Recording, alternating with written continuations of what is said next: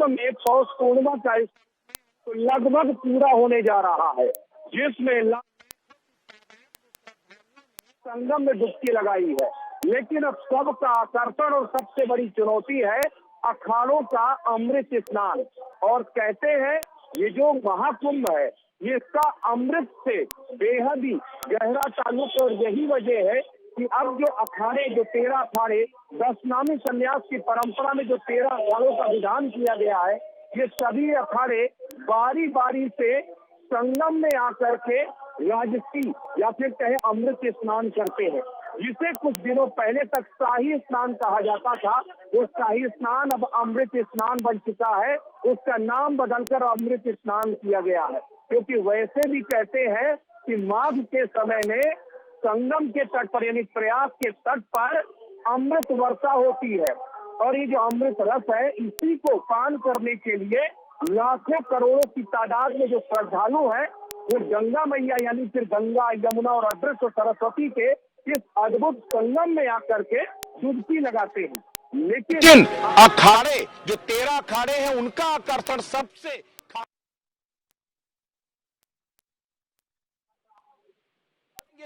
अखाड़ों के अमृत स्नान को लेकर तैयारियां कितनी चाक चौबंद है और कितनी मुस्तैद है इस वक्त पूरी प्रशासनिक मशीनरी। क्योंकि इस अमृत स्नान के लिए कहा जाता है कि यह प्रशासन की सबसे बड़ी अग्नि परीक्षा होती है। अखाड़ों को सुचारू रूप से संगम तक लेके जाना और संगम से वापस अखाड़े तक पहुंचाना, क्योंकि अतीत में न जाने कितने ऐसे अध्याय हैं जो अभी उससे जुड़े रहे हैं कि अगर अखाड़े एक दूसरे के सामने आ गए तो कई बार स्थितियां बेहद असहज हो जाती हैं। यही वजह है कि तमाम अखाड़े बेहद जो है संवेदनशील तरीके से जो है एहतियात बरतते हैं कि किसी भी तरीके से दो अखाड़े आमने सामने ना आए। प्रशासन भी पूरा रूट प्लान तैयार करता है। तो आज न्यूज वन इंडिया के चप्पे चप्पे पर रिपोर्टर तैनात है, अखाड़ों से लेकर उस संगम स्थल तक जहां पर अखाड़े स्नान करेंगे, वो सारी एक एक जगह पर हमारे न्यूज वन इंडिया के रिपोर्टर मौजूद हैं, हमारी एक एक टीम मौजूद है, और हम उनके पास चलेंगे और जानने और समझने की कोशिश करेंगे कि आखिर ये जो अखाड़ों का अमृत स्नान हो रहा है वो कितना सुगम होने जा रहा है।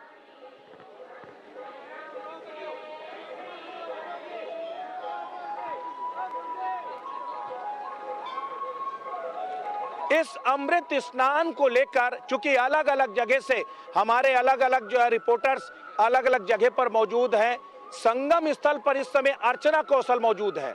अर्चना, सबसे पहले शुरुआत आपके साथ करूंगा, क्योंकि सबसे ज्यादा चुनौतीपूर्ण जो जगह है वो वही संगम स्थल है जहां पर अखाड़े आकर के आस्था की डुबकी लगाएंगे, और वो जगह सबसे ज्यादा सिक्योर्ड की जा रही है, सबसे ज्यादा व्यवस्थाएं उसी संगम स्थल में की जा रही हैं। तो किस तरह की स्थितियां देख रही हैं, जरा हमें बताइए। जिश, अभी इस वक्त अगर बात करें प्रयागराज के महाकुंभ में महासंगम की, तो इस वक्त मैं खुद संगम घाट पर हूं, और यहाँ का जो नज़ारा है वो अपने आप में अद्भुत है। पहला नज़ारा गंगा माँ का है जो मेरे पीछे आप देख पाएंगे, वो देखने में सबसे अद्भुत लग रहा है और मन करता है कि बस यहाँ पर बैठकर समय व्यतीत करें और उनको देखते रहें। खैर, क्योंकि अब आपने बात की है श्रद्धालुओं की और इस अमृत स्नान को लेकर वो कितने उत्साहित हैं, उसके लिए मैं एक और नज़ारा आपको दिखाऊंगी। कैमरा इस तरफ घुमाते हुए कि किस तरह से यहाँ पर श्रद्धालुओं का जमावड़ा लगा हुआ है और जो श्रद्धालु हैं वो कितने एक्साइटेड हैं, उसका नज़ारा आप यहाँ पर खड़ी हुई इस भीड़ से लगा सकते हैं। देखिए, शाम ढलने को आई ब्रिजेश, लेकिन यहाँ पर इस वक्त जो श्रद्धालुओं का जनसैलाब है वो रुकते नहीं बन रहा है। खैर, इनसे बातचीत भी कर लेते हैं, कौन कहाँ से आया और कितने उत्साहित है, क्या तैयारियों के साथ यहाँ पहुंचे। क्या नाम है आपका? मेरा नाम गौरव कुमार गुप्ता है। गौरव, कहाँ से आए आप? मैं झारखंड से आया हूँ, रांची से। हाँ, थोड़ा जोर से बोलिए, उत्साहित नहीं नजर आ रहा। मैं झारखंड से रांची से आया हूँ। खुश हैं आप? बहुत खुश है। बहुत खुश हैं। तो पहली बार पहुँचे हैं? पहली बार पहुँचे हैं। कैसा लगा? बहुत बहुत बहुत अद्भुत, बहुत अद्भुत। स्नान किया आप आज? हाँ, वो भी VIP स्नान। ठीक है, कहाँ से सर, आप कहाँ से आए हैं? मैं भी रांची से आया हूँ। रांची से आए, कैसा लगा? बहुत अच्छा लगा। स्नान किए? कर लिए। क्या बढ़िया लगा? बढ़िया लगा कि हम लोग बहुत भाग्यशाली हैं कि हम लोग 144 साल के बाद जो यहाँ महाकुंभ लग रहा है, पहली बार हम लोग जो यहाँ पे आए हैं, इसके बाद हम लोग कभी यहाँ आ नहीं सकते हैं। आ नहीं सकते, मतलब अब आप सिर्फ कुंभ में आएंगे, तो महाकुंभ में आना आपके लिए अपने आप में सौभाग्य की बात है। सर आप कहाँ से हैं? मैं तो यही प्रयागराज से हूँ। बहुत बढ़िया बात है सर, प्रयागराज से आपने ना जाने कितने कुंभ देखे आज। हाँ, महाकुंभ लगभग देखे। मैंने ये मेरा चौथा कुंभ जी। है, महाकुंभ, मैंने 12 सालों बाद। और इस कुंभ को समझने के लिए सबसे पहले आपको यानी खगोल शास्त्र को भी समझना पड़ेगा और धर्मेतर साहित्य को भी समझना थोड़ा पड़ेगा। बताइए ना। चूंकि ये क्यों पड़ता है, कैसे पड़ता है, इसकी कई कथाएं हैं। एक तो कथाएं जो समुद्र मंथन से भी है, और दूसरी एक कथा जो है ये दो भाइयों के, एक के 12 पुत्र, एक के 2 पुत्र, जो गरुड़ और नागशास्त्र से हैं। ये तो हम पढ़ लेंगे किताबों में। हाँ। आज बात करते हैं यहाँ के, क्योंकि आप स्थानीय निवासी यहाँ के हैं।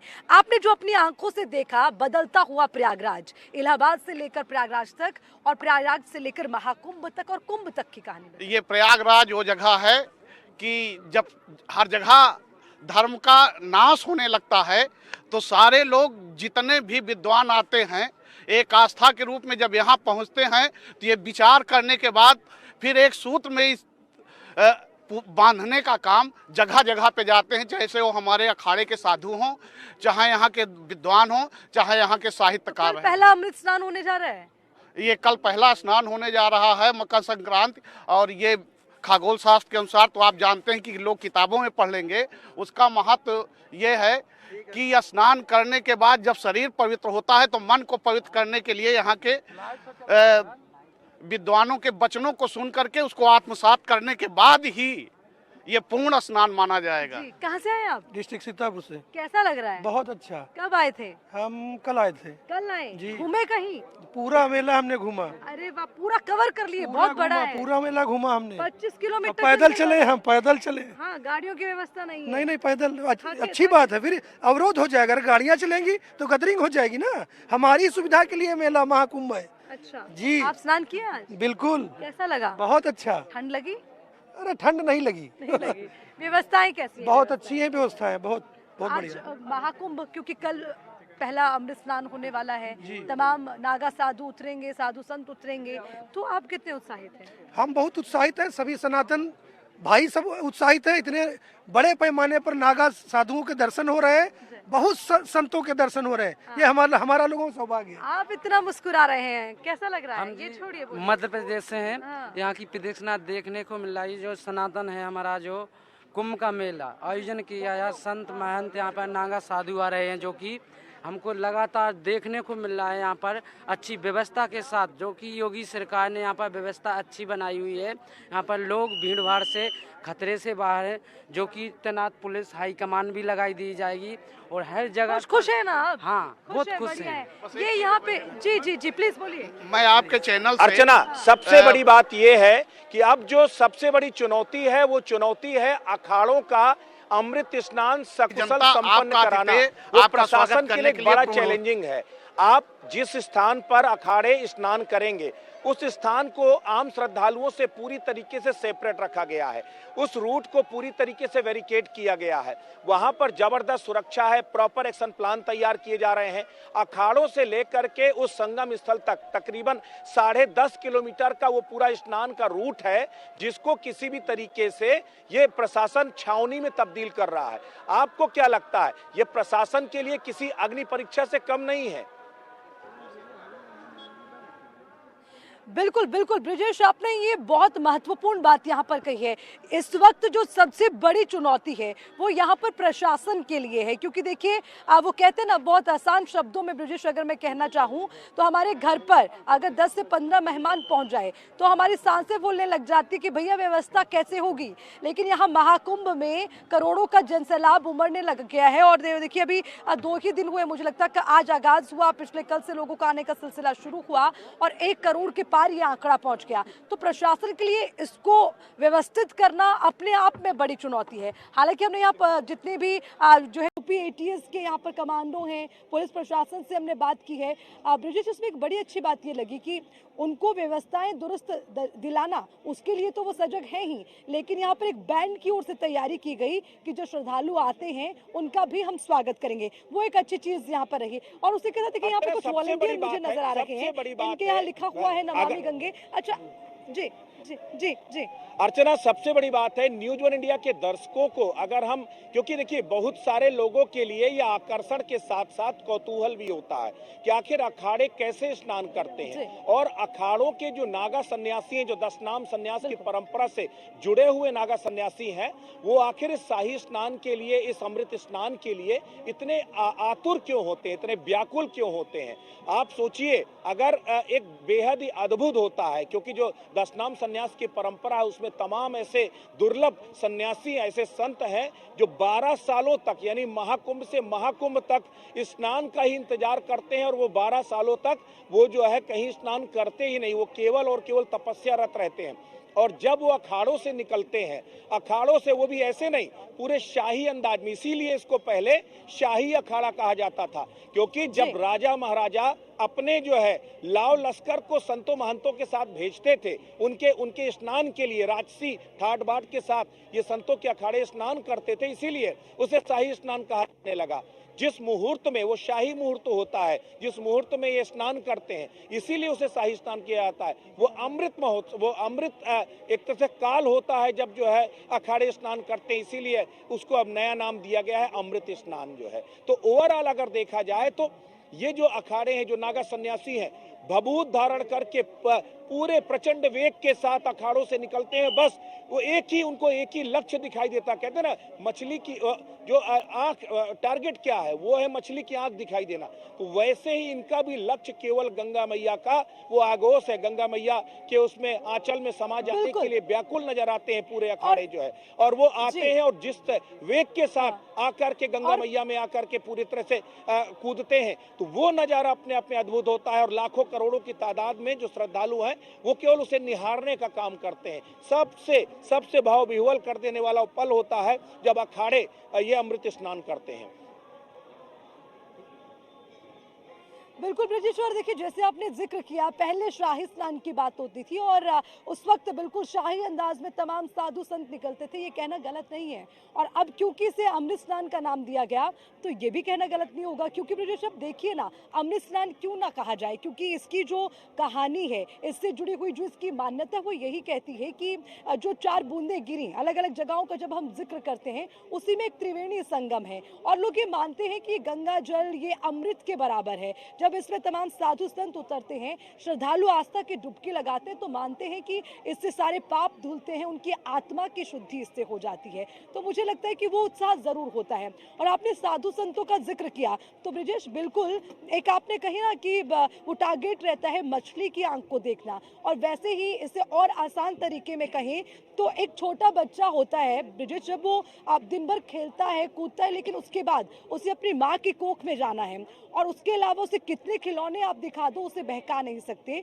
और जो साधु संत है, मुझे लगता है उनका भी ये एक तप और उनका ये इंतजार रहता है महाकुंभ का, कुंभ का, कि वो जाएंगे स्नान करेंगे। ऐसी कई कहानियां कि बहुत सारे ऐसे नागा साधु संत हैं जो पूरे 12-12 महीनों तक, सालों तक नहीं नहाते। चूंकि आपके पास बहुत सारे श्रद्धालु भी होंगे जो गंगा में डुबकी लगाने आए हैं, संगम में डुबकी लगाने आए हैं, इस आस्था की डुबकी के साक्षी बनने आए हैं। उनसे पूछिए कौतूहल कितना है, इसको लेकर के वो कितने एक्साइटेड हैं कि कब वो नागा सन्यासियों को जो है संगम में डुबकी लगाते हुए देखेंगे। उनसे जरा बात कीजिए जो है।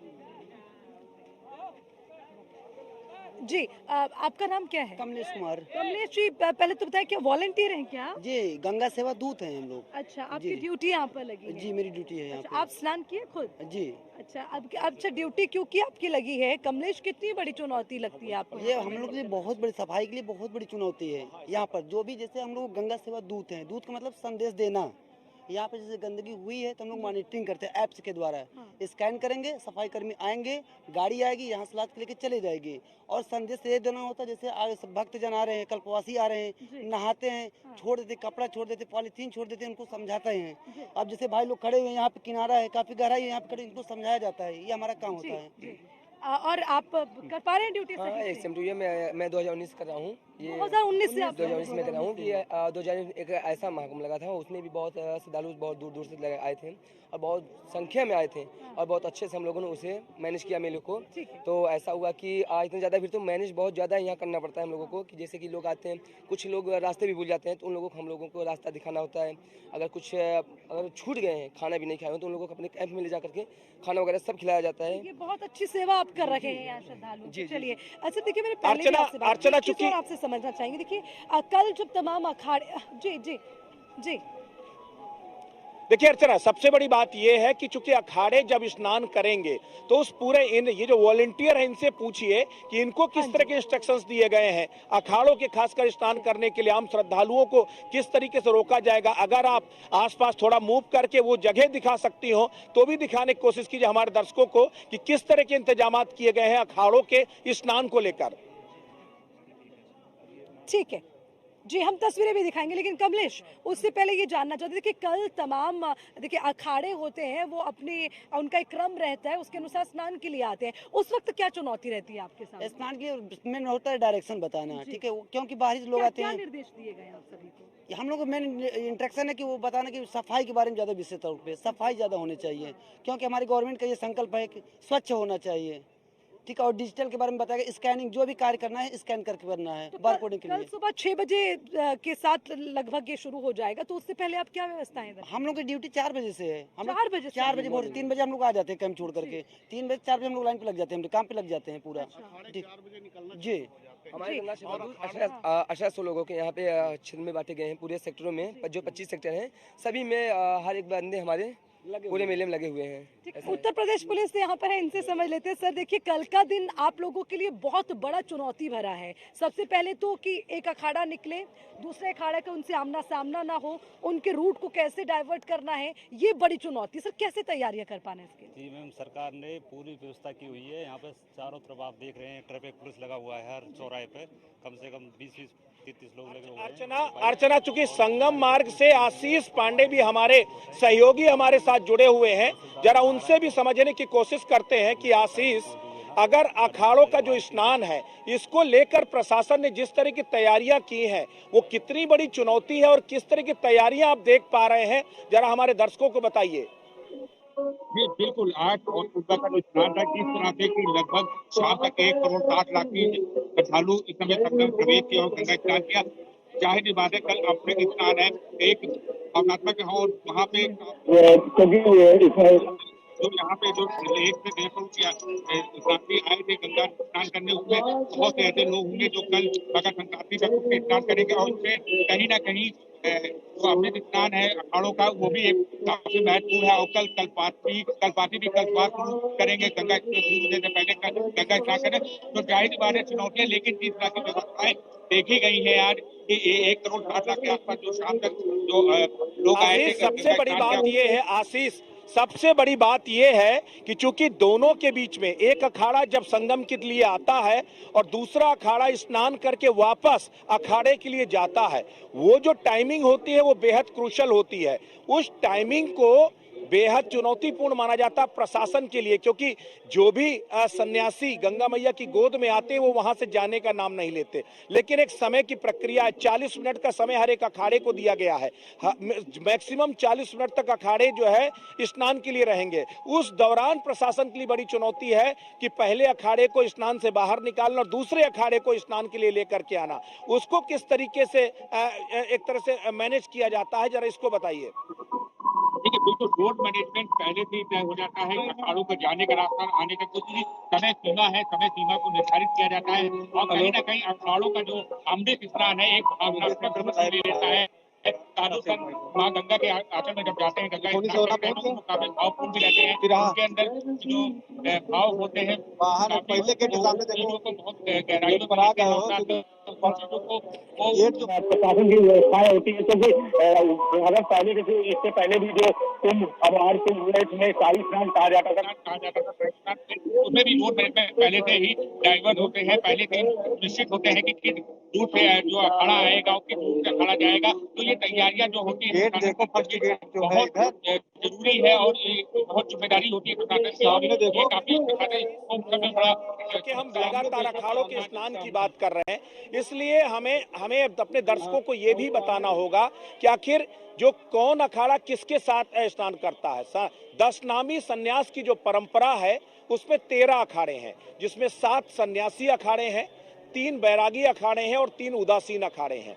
जो 7 सन्यासी अखाड़े हैं उसमें 2-2 अखाड़े यानी कि निरंजनी के साथ जो है अटल अखाड़ा, माफ कीजिएगा, महानिर्वाणी के साथ अटल अखाड़ा जो है सबसे पहले शाही स्नान के या अमृत स्नान के लिए जाता है। उसके बाद निरंजनी के साथ आनंद अखाड़ा जाता है और उसके बाद अगर देखा जाए तो जूना अखाड़े के साथ आह्वाहन और आनंद अखाड़ा, इसके साथ किन्नर अखाड़ा जाता है। तो इस तरीके से देखा जाए तो 7 सन्यासी अखाड़े एक एक क्रम में ये शाही स्नान के लिए जाते हैं, अमृत स्नान के लिए जाते हैं और उसके बाद वैरागी अखाड़ों की बारी आती है। वैरागी अखाड़ों के बाद उदासीन अखाड़ों की आती है। तो सबसे पहला अखाड़ा जो स्नान के लिए जाता है वो महानिर्वाणी होता है और जो सबसे आखिरी होता है वो निर्मल अखाड़ा होता है जो स्नान के लिए जाता है। तो सुबह 5:30 बजे से तकरीबन जो है ये पूरा समय शुरू होगा और 3:30 बजे तक जो है, तो ओवरऑल अगर आप देखिए तो तकरीबन 11 घंटे, 10 से 11 घंटे तक ये पूरा स्नान चलेगा। तो ये बात मान करके चलिए कि जो माफ कीजिएगा, जो मकर संक्रांति का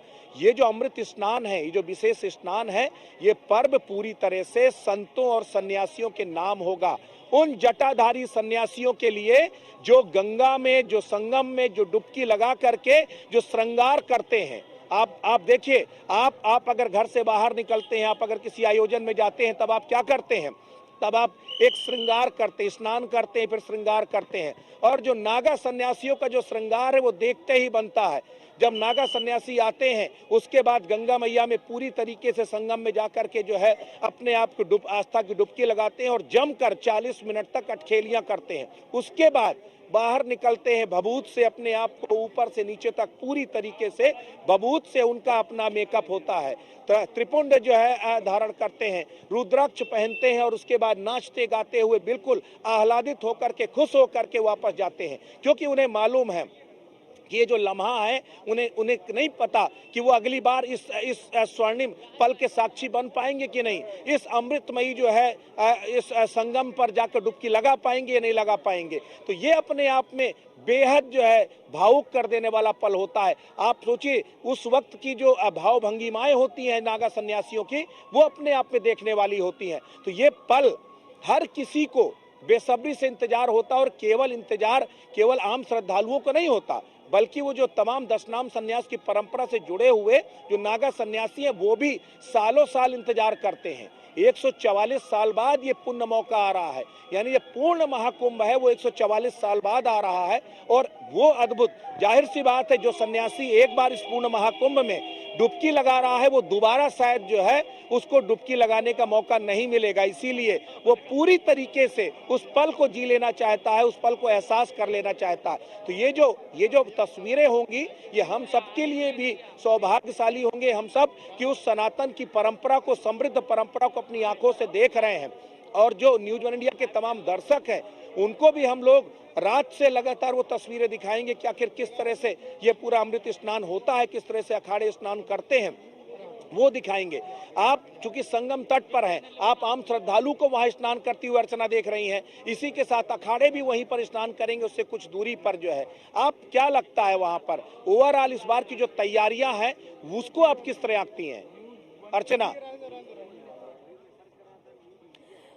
बिल्कुल, देखिए ब्रजेश, आपने कहा तैयारियों का अगर जिक्र करें तो तैयारियां यहाँ पर पुख्ता नजर आती हैं, क्योंकि चाहे हम जल पुलिस की बात करें या यहाँ पर तमाम जो व्यवस्था करने के लिए पुलिस प्रशासन की तैनाती वो लगातार यहाँ पर है। और देखिए यहाँ से थोड़ा आगे, अब से पहले हमने कुछ तस्वीरें दिखाई, एक बार फिर से ब्रजेश में आगे बढ़ती हुई तस्वीरें दिखाऊंगी।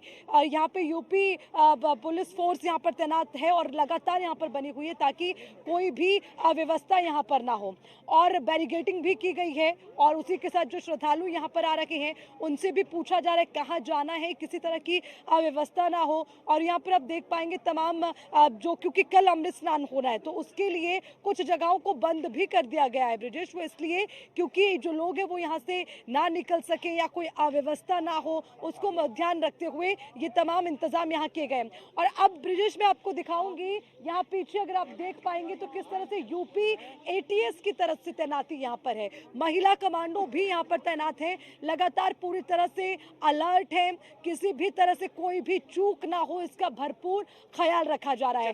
अर्चना, हम लोगों ने एक लहजे में कहा जाता है, अर्चना एक लहजे में कहा जाता है कि सुरक्षा ऐसी कि परिंदा भी पर ना मार पाए, तो यहाँ पर परिंदे भी खूब हैं और श्रद्धालु भी खूब हैं, बावजूद इसके सुरक्षा इतनी कड़ी है वो अपने आप में लाजवाब है।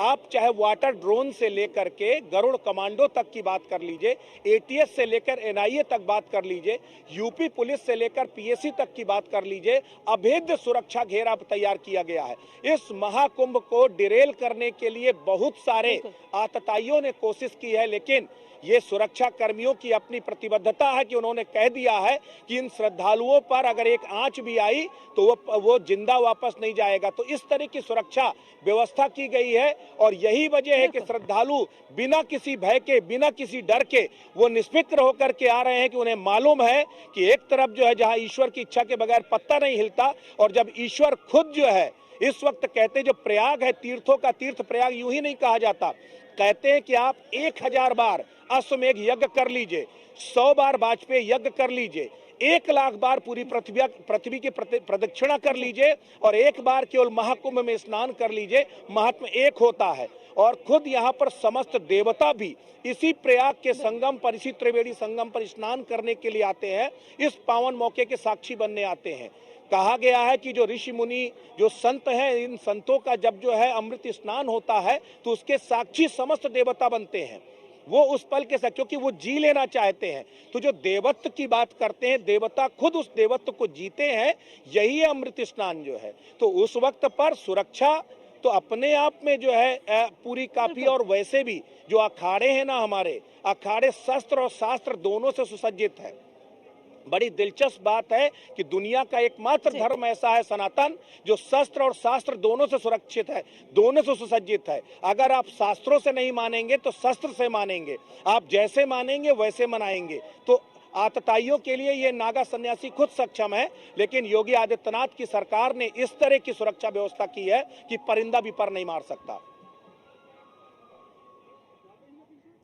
बिल्कुल ब्रिजेश, ये इसीलिए कहा जा सकता है क्योंकि अब तक देखिए लगातार हम यहाँ पर महाकवरेज कर रखे हैं, किसी तरह की अव्यवस्थाएं नहीं, और ये हमारी जुबानी नहीं है, ये हमने श्रद्धालुओं से लगातार बात की। इसीलिए ब्रिजेश हमारा फोकस रहता है यहाँ पहुँची हुई जनता से बार बार ये पूछना कि वो दूसरे राज्य से यहाँ पहुँचे तो उन्होंने क्या पाया, क्या खोया। तो कुल मिलाकर खोने जैसी कोई बात नहीं नजर आती, अगर नजर आता है तो व्यवस्थाएं उन्होंने पाई है, इसका जिक्र होता है, आत्मा की शांति उन्होंने पाई है, इसका जिक्र होता है। किस तरह से यहाँ पर ये आस्था के महाकुंभ की ये जो सबसे बड़ी कवरेज है, ये न्यूज वन इंडिया पर लगातार जारी रहेगी। लेकिन इस वक्त चूंकि एक छोटे से ब्रेक का मौका है, तो ब्रेक के बाद हम एक बार फिर चर्चा करेंगे कि आखिर अखाड़ों का अमृत स्नान कैसा होने जा रहा है।